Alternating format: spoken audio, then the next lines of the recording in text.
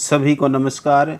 बच्चों, हमारी जो एनसीईआरटी की सीरीज चली हुई है ज्योग्राफी की 6ठी से 12वीं कक्षा तक, आज उसका हम पार्ट 9वां जो पार्ट है उसका अध्ययन करेंगे। ये जो पार्ट है बहुत ही महत्वपूर्ण पार्ट है डीएसएसबी के लिए, यूजीसी नेट के लिए और सभी राज्यों की जो टेट परीक्षा है उसके लिए महत्वपूर्ण है, और सीबीएसई और हरियाणा विद्यालय शिक्षा बोर्ड के लिए बहुत ही आवश्यक ये पार्ट है।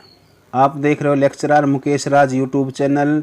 इस पार्ट में हम कक्षा 8वीं का 6ठा जो पार्ट है उसका अध्ययन करेंगे। पहला जो क्वेश्चन है, लोगों को एक संसाधन क्यों समझा जाता है? जो लोग होते हैं, लोग ही एक राष्ट्र के सबसे महत्वपूर्ण संसाधन होते हैं। प्रकृति की देन केवल उस समय महत्वपूर्ण होती है जब वह लोगों के लिए उपयोगी सिद्ध होती है। लोगों की जो बुद्धि है, उनका स्वास्थ्य है और शिक्षा है आदि का उपयोग करके मानव जो है संसाधनों का अच्छी प्रकार से प्रयोग करता है और उनके ऊपर तकनीकी का विकास करता है। इस प्रकार हम कह सकते हैं कि जो लोग होते हैं, किसी देश की जनसंख्या होती है, वो उसका वास्तव में संसाधन होता है। अगला प्रश्न देखते हैं, विश्व में जनसंख्या के असमान वितरण के क्या कारण हैं? ये जो हमारी पृथ्वी है, इस पृथ्वी पर जनसंख्या का वितरण बड़ा ही असमान है। उसके क्या कारण हैं? तो उसके जो कारण हैं मुख्य रूप से 2 कारण हैं। एक तो भौगोलिक कारण हैं और एक मानवीय कारण हैं। जो भौगोलिक कारण क्या हैं? कहीं पर ऊंचा नीचापन है, कहीं पर भूमि उबड़ खाबड़ है, कहीं पहाड़ हैं, कहीं पर्वत, कहीं हिमानियाँ हैं, कहीं नदियाँ हैं। तो इस प्रकार से जहाँ पर ऊंची नीची भूमि होगी वहाँ पर जनसंख्या का वितरण कम पाया जाता है, जबकि मैदानी जो इलाके हैं वहाँ पर जनसंख्या अधिक पाई जाती है। तो एक तो ये भौगोलिक कारण है। दूसरा मानवीय कारण भी होता है। मानव की जो अर्थव्यवस्था जहाँ पर अच्छी होगी, जहाँ पर उद्योग धंधे अच्छे होंगे, शैक्षणिक विकास अच्छा होगा, जहाँ पर शिक्षा चिकित्सा सुविधा अच्छी होगी, वहाँ जनसंख्या का वितरण अधिक पाया जाता है। तो इसमें 2 प्रमुख कारण होते हैं जनसंख्या के असमान वितरण के, एक भौगोलिक कारण और एक मानवीय कारण है। अगला प्रश्न देखते हैं, विश्व की जनसंख्या अत्यंत तीव्रता से बढ़ रही है। जो विश्व की जो जनसंख्या है बहुत तीव्र गति से बढ़ रही है, उसका क्या कारण है? देखिए, जो आज जो जन्म दर है वो वैसी की वैसी है, जबकि मृत्यु दर में कमी आ गई है। मृत्यु दर में कमी इसलिए आ गई क्योंकि चिकित्सा का विकास हो गया। चिकित्सा आदि का विकास होने से मृत्यु दर कम हो गई और जन्म दर जो थी वो लगभग वैसे की वैसी बनी हुई है, जिससे जनसंख्या जो मरने वालों की संख्या है वो कम हो गई है। क्यों हो गई कम? चिकित्सा के विकास के कारण। और जन्म दर जो है वो पहले जैसी बनी हुई है, जिस कारण से जनसंख्या आज तीव्र गति से बढ़ रही है। अगला प्रश्न देखते हैं, जनसंख्या परिवर्तन को प्रभावित करने वाले किन्हीं 2 कारकों का वर्णन कीजिए। जो किसी स्थान की जनसंख्या है उसमें बदलाव आता है, परिवर्तन आता है, कम अधिक होती है जनसंख्या, उसके क्या कारण हैं? उसके मुख्य रूप से 3 कारण होते हैं। एक जन्म दर होती है, दूसरा मृत्यु दर होती है और तीसरा प्रवास। ये जो 3 कारण हैं, 2 कारण पूछे हैं, मैं 3 कारण आपको बता रहा हूँ। जन्म दर, मृत्यु दर और प्रवास, ये तीनों ही कारण किसी स्थान की जनसंख्या में परिवर्तन ला देते हैं। यदि जन्म दर और मृत्यु दर दोनों समान है तो जनसंख्या में परिवर्तन नहीं आएगा, और जन्म दर यदि ऊंची है और मृत्यु दर कम है तो जनसंख्या बढ़ जाएगी। तीसरा जो कारण है प्रवास, माइग्रेशन। माइग्रेशन से भी क्या होता है, किसी स्थान की जनसंख्या बढ़ जाती है, परिवर्तन आ जाता है। तो जनसंख्या परिवर्तन को प्रभावित करने वाले 2 कारकों में कौन कौन से हैं? जन्म दर और मृत्यु दर। यदि 3 कारक पूछ ले तो जन्म दर, मृत्यु दर और प्रवास 3 प्रमुख कारण होते हैं जो जनसंख्या में परिवर्तन लाते हैं। अगला प्रश्न देखते हैं, जनसंख्या संगठन से क्या तात्पर्य है? जनसंख्या संगठन किसे कहते हैं? जनसंख्या संगठन जनसंख्या की संरचना को दर्शाता है। जो जनसंख्या है उसकी जो स्ट्रक्चर है, उसकी संरचना है, उसको दिखाता है जनसंख्या का संगठन।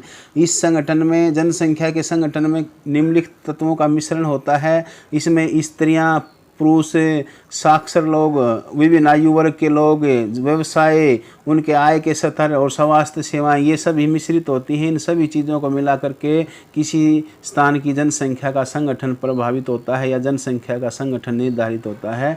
तो जनसंख्या के संगठन में क्या होता है? स्त्री, पुरुष, बूढ़े, बच्चे, अर्जक, आश्रित, शिक्षित, अशिक्षित, ये सभी मिलकर के जनसंख्या संगठन बनाते हैं, जनसंख्या के संगठन का निर्माण करते हैं। अगला प्रश्न देखते हैं, जनसंख्या पिरामिड क्या है? ये किसी देश की जनसंख्या को समझने में किस प्रकार मदद करता है? बहुत ही इंपॉर्टेंट क्वेश्चन है। जनसंख्या का जो पिरामिड होता है वो किसी देश की जनसंख्या के लिए समझने के लिए एक आईना होता है, एक दर्पण होता है। हम जनसंख्या के पिरामिड को देख करके बता सकते हैं कि किसी देश में कितनी स्त्रियां हैं, कितने पुरुष हैं और कितनी आयु के कितने बच्चे हैं, कितनी आयु के बूढ़े हैं, और उसकी जो वृद्धि भविष्य में वो देश में जनसंख्या बढ़ेगी या कम होगी, वो जनसंख्या पिरामिड अच्छी प्रकार से बता सकता है। देखिए, मैं आपको 2 देशों का जनसंख्या पिरामिड आपको दिखाता हूँ। ये देखिए आप, जनसंख्या पिरामिड है, एक ये 2 देशों का जनसंख्या पिरामिड है, एक भारत का है और दूसरा जापान का है।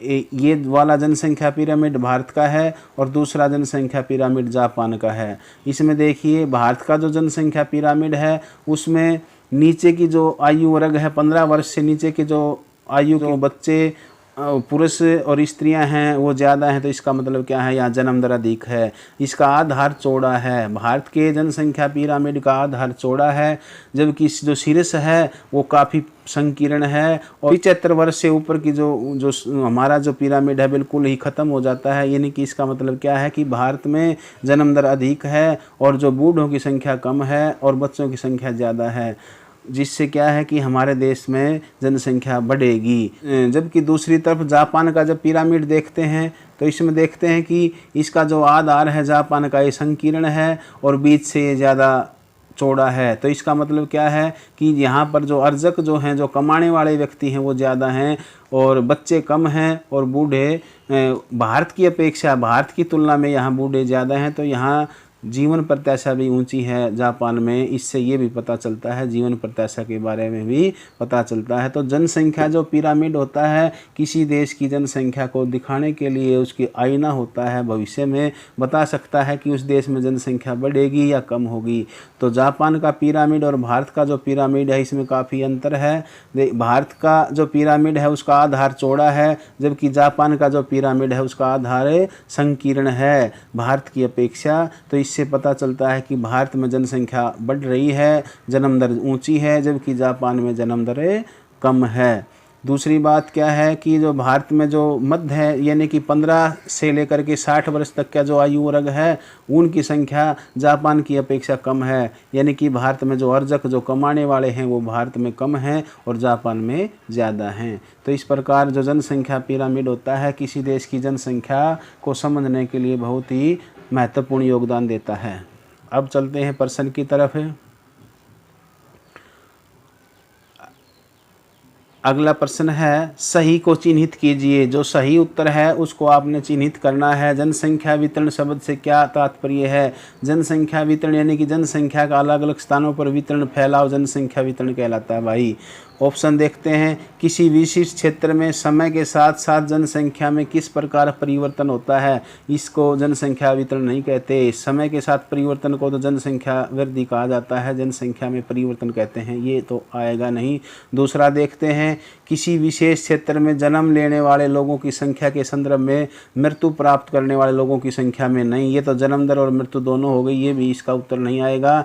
जनसंख्या वितरण शब्द का तात्पर्य है किसी दिए गए क्षेत्र में लोग किस रूप में वितरित हैं उसको जनसंख्या का वितरण कहते हैं। यानी कि कोई देश है, कोई क्षेत्र है, उसमें जनसंख्या का वितरण क्या होता है, किस रूप में फैले हुए हैं, कहीं ज़्यादा हैं कहीं कम हैं, तो ये होता है जनसंख्या का वितरण। अगला प्रश्न देखते हैं, वे 3 मुख्य कारक कौन से हैं जिनसे जनसंख्या में परिवर्तन होता है? जनसंख्या में परिवर्तन से हमारा अभिप्राय क्या है कि जनसंख्या में होने वाले बदलाव, जनसंख्या वृद्धि से हमारा इसका अर्थ है। जनसंख्या परिवर्तन का मतलब है जनसंख्या वृद्धि। देखिए, समय के 2 बिंदु हैं कि ये समय का बिंदु है और एक समय का बिंदु ये है। यहाँ से यहाँ तक जनसंख्या में क्या परिवर्तन आता है, जनसंख्या बढ़ती है या कम होती है, जनसंख्या बढ़ती है कम होती है, इसको जनसंख्या परिवर्तन कहते हैं। तो इसको प्रभावित करने वाले जो कारक हैं देख लेते हैं, जन्म दर, मृत्यु दर और विवाह। ये नहीं, दूसरा ऑप्शन है जन्म दर, मृत्यु दर और प्रवास। तीसरा ऑप्शन है जन्म दर, मृत्यु दर और जीवन प्रत्याशा। तो जनसंख्या में जो परिवर्तन लाते हैं उसके लिए सही कारक जो होते हैं, सही प्रभाव डालने वाले जो फैक्टर हैं वो जन्म दर, मृत्यु दर और प्रवास होते हैं। ये 3 चीज़ ऐसी हैं जो जनसंख्या में परिवर्तन ला देते हैं। जन्म दर मृत्यु दर और प्रवास ये किसी स्थान की जनसंख्या में चेंजिंग लाते हैं, परिवर्तन लाते हैं। यदि जन्म दर ऊंची है और मृत्यु दर कम है तो जनसंख्या बढ़ जाएगी, और यदि जन्म दर और मृत्यु दर समान है और प्रवास कर जाते हैं लोग, कहीं दूसरे स्थान से वहां आ जाते हैं, तो जनसंख्या बढ़ जाएगी। और तो प्रवास जो होता है, माइग्रेशन, ये भी महत्वपूर्ण योगदान देता है जनसंख्या परिवर्तन में। तो ये सही उत्तर आएगा, जन्म दर, मृत्यु दर और प्रवास। अगला प्रश्न देखते हैं। 1999 में विश्व की जनसंख्या हो गई थी, यानी कि संसार की जनसंख्या 1999 में कितनी हो गई थी, ये हमने बताना है। देखते हैं ऑप्शन 1 अरब नहीं, 3 अरब ये भी नहीं आएगा, 6 अरब ये सही उत्तर है। विश्व की जो जनसंख्या थी 1999 में 6 अरब हो गई थी, 6 अरब जनसंख्या हो गई थी विश्व की। आज विश्व की जनसंख्या 7 अरब है। तो 1999 में पूछ लेता है तो विश्व की, संसार की जनसंख्या कितनी हो गई थी, 6 अरब, यानी कि 600 करोड़। अगला प्रश्न देखते हैं, जनसंख्या पिरामिड क्या है। इसका ऑप्शन देखते हैं। पहला ऑप्शन है जनसंख्या का आयु लिंग संगठन का आलेखित निरूपण। दूसरा ऑप्शन देखते हैं, जब किसी क्षेत्र का जनघनत्व इतना बढ़ जाता है कि लोग ऊंची इमारतों में रहते हैं। तीसरा ऑप्शन देखते हैं, बड़े नगरीय क्षेत्रों में जनसंख्या वितरण का प्रतिरूप। तो इसका सही उत्तर आएगा, जनसंख्या का आयु लिंग संगठन आलेखित प्रतिरूप, जो उसका ग्राफ होता है उसी को बोलते हैं जनसंख्या पिरामिड। यानी कि जनसंख्या की आयु बताता है, लिंग बताता है, उसका संगठन बताता है, उसी को जनसंख्या पिरामिड कहते हैं। ये जनसंख्या का पिरामिड मैं आपको दिखा देता हूँ। ये जनसंख्या पिरामिड है, इसमें आयु भी दिखाई जाती है, ये इस तरफ आयु है। जनसंख्या के जो लोगों की जो आयु हो इस तरफ दिखाई जाती है, और लिंग भी दिखाया जाता है, इस तरफ पुरुष दिखाए जाते हैं। दाएं हाथ को स्त्रियों का ग्राफ होता है, जबकि बाएं हाथ को पुरुष का ग्राफ दिखाया जाता है जनसंख्या पिरामिड में। आप देख रहे हो लेक्चरर मुकेश राज यूट्यूब चैनल। इस वीडियो को ज़्यादा से ज़्यादा शेयर कीजिए, लाइक कीजिए, और यदि अभी तक चैनल सब्सक्राइब नहीं किया है तो इसको सब्सक्राइब कीजिए। अब हम इस लेसन के जो अन्य महत्वपूर्ण जो प्रश्न हैं उनका अध्ययन करेंगे। पहला जो क्वेश्चन है, विश्व में जनसंख्या का वितरण है। ऑप्शन देखते हैं, समान है, असमान है, कभी समान कभी असमान, स्पष्ट नहीं। तो इसका सही उत्तर आएगा असमान। जो पृथ्वी है, इस पृथ्वी के ऊपर जनसंख्या का जो वितरण है बड़ा ही असमान है, कहीं ज़्यादा है कहीं कम है। तो इसका सही उत्तर आएगा, जनसंख्या का जो वितरण है पृथ्वी के ऊपर बड़ा ही असमान है। विश्व में जनसंख्या का वितरण असमान पाया जाता है भाई। अगला प्रश्न देखते हैं, विश्व में सर्वाधिक जनसंख्या वाला महाद्वीप कौन सा है। विश्व में सबसे अधिक जो जनसंख्या है वो किस महाद्वीप में रहती है। ऑप्शन देखते हैं, एशिया, उत्तरी अमेरिका, अफ्रीका, दक्षिणी अमेरिका। तो इसका सही उत्तर आएगा एशिया। विश्व की सबसे अधिक जो जनसंख्या एशिया महाद्वीप में रहती है। एक चीज़ मैं आपको और बता देता हूँ, जो एशिया महाद्वीप है ये विश्व का सबसे बड़ा महाद्वीप है। अगला प्रश्न है, विश्व में सबसे कम जनसंख्या वाला महाद्वीप कौन सा है। ऑप्शन देखते हैं, एशिया, यूरोप, ऑस्ट्रेलिया, दक्षिणी अमेरिका। विश्व में सबसे कम जनसंख्या वाला महाद्वीप ऑस्ट्रेलिया है, और जो 7 महाद्वीप हैं उनमें सबसे छोटा, क्षेत्रफल में भी सबसे छोटा महाद्वीप है ऑस्ट्रेलिया। जनसंख्या भी कम रहती है ऑस्ट्रेलिया में, और सभी महाद्वीपों में सबसे छोटा महाद्वीप भी ऑस्ट्रेलिया महाद्वीप है। अगला प्रश्न है, नए व्यक्तियों के देश में आकर बसने को क्या कहते हैं। ऑप्शन देखते हैं, प्रवास, आप्रवास, उत्प्रवास, उपयुक्त सभी। तो इसका सही उत्तर आएगा आप्रवास। कोई व्यक्ति दूसरे देश से अपने देश में आ जाता है, यहाँ आ जाता है तो उसको आप्रवास कहते हैं, और जबकि कोई यहाँ से चला जाता है तो उसको उत्प्रवास कहते हैं। ध्यान रखना है। तो कोई व्यक्ति दूसरे देश से अपने यहाँ आता है तो उसको आप्रवास कहा जाता है। आप्रवास से जनसंख्या में वृद्धि होती है, जबकि उत्प्रवास से जनसंख्या में कमी आती है। अगला प्रश्न देखते हैं, व्यक्तियों के देश छोड़कर बाहर जाने को क्या कहते हैं। तो इसका मैंने पहले ही बता दिया था, व्यक्तियों को देश छोड़कर बाहर जाने को उत्प्रवास कहा जाता है। यानी कि कोई व्यक्ति अपने देश को छोड़कर बाहर चला जाता है, दूसरे स्थान पर चला जाता है तो उसको उत्प्रवास कहा जाता है। उत्प्रवास से जनसंख्या में कमी आती है उस देश में जहाँ से गया है। अगला प्रश्न है, जनसंख्या के आकार को प्रभावित करने वाले कारक। ऑप्शन देखते हैं, प्रवास, जन्म दर, मृत्यु दर, उपयुक्त सभी। तो ये सभी तीनों जो कारक हैं जनसंख्या के आकार को प्रभावित करते हैं। जनसंख्या का आकार बड़ा है या छोटा है ये प्रभाव डालते हैं। प्रवास भी प्रभाव डालता है, जन्म दर भी प्रभाव डालता है, और मृत्यु दर भी प्रभाव डालती है। अगला प्रश्न है, संसार में औसत जनसंख्या घनत्व कितना व्यक्ति प्रति वर्ग किलोमीटर है। देखिए, जनसंख्या घनत्व का हमारा अभिप्राय है प्रति वर्ग किलोमीटर में रहने वाले लोगों की औसत संख्या को जनसंख्या घनत्व कहते हैं। तो विश्व में जनसंख्या का जो घनत्व है वो 51 है। 51 व्यक्ति प्रति वर्ग किलोमीटर में लोग रहते हैं विश्व में, ये औसत रूप से है। तो इसका सही उत्तर आ जाएगा 51। अगला प्रश्न है, भारत में औसत जनसंख्या घनत्व कितने व्यक्ति प्रति वर्ग किलोमीटर है। ऑप्शन देखते हैं, 300 व्यक्ति, 310 व्यक्ति, 382 व्यक्ति। तो इसका सही उत्तर आएगा 382 व्यक्ति। भारत का जो औसत जन घनत्व है वो 382 व्यक्ति प्रति वर्ग किलोमीटर है, ध्यान रखना है। और सबसे ज़्यादा घनत्व पूछ लेता है तो सबसे ज़्यादा घनत्व जो है वो बिहार का है। बिहार का है सबसे ज़्यादा घनत्व। और सबसे कम घनत्व पूछ लेता है भारत में तो अरुणाचल प्रदेश का है, 17 व्यक्ति प्रति वर्ग किलोमीटर। सबसे अधिक किसका है, बिहार का है। और सबसे कम अरुणाचल प्रदेश का संख्या घनत्व पाया जाता है भारत में। अगला प्रश्न है, विश्व की 90% जनसंख्या भूपृष्ठ के कितने प्रतिशत भाग पर रहती है। ऑप्शन देखते हैं, 5%, 7%, 14% और 10%। विश्व की जो 90% जनसंख्या है वो केवल धरती का 10% भाग पर ही रहती है। जो उपजाऊ भाग है वहीं रहती है विश्व की 90% जनसंख्या, ये ध्यान रखना आपने। अगला प्रश्न है, निम्न में से किस देश की जनसंख्या वृद्धि दर कम है। ऑप्शन देखते हैं, भारत, केन्या, इंग्लैंड, बांग्लादेश। तो जो इंग्लैंड है उसकी जनसंख्या वृद्धि दर सबसे कम है इन 4 देशों में।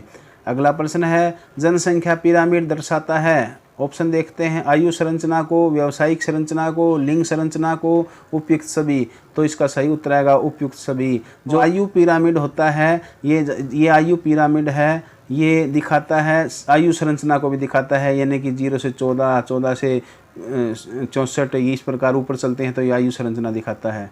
और इस तरफ स्त्रियां दिखाता है, इस तरफ पुरुष दिखाता है। तो लिंग संरचना को भी दिखाता है, लिंग संगठन को भी दिखाता है, आयु को भी दिखाता है और व्यवसाय की। ये नीचे जो 14 से नीचे होते हैं ये आश्रित होते हैं और 59 से ऊपर वाले भी आश्रित होते हैं। तो बीच वाले क्या होते हैं, अर्जक होते हैं। तो ये व्यवसायिक संरचना को भी दिखाता है। तो इसका सही उत्तर आएगा उपयुक्त सभी। आपने यदि वीडियो अच्छी लगी हो तो इसको लाइक करना, अभी तक आपने सब्सक्राइब नहीं किया है तो उसको सब्सक्राइब करना और ज़्यादा से ज़्यादा इसको शेयर करना। जय हिंद, जय भारत। यदि आपने अभी तक चैनल को सब्सक्राइब नहीं किया है तो इसको सब्सक्राइब कीजिए और ज़्यादा से ज़्यादा इसको शेयर कीजिए।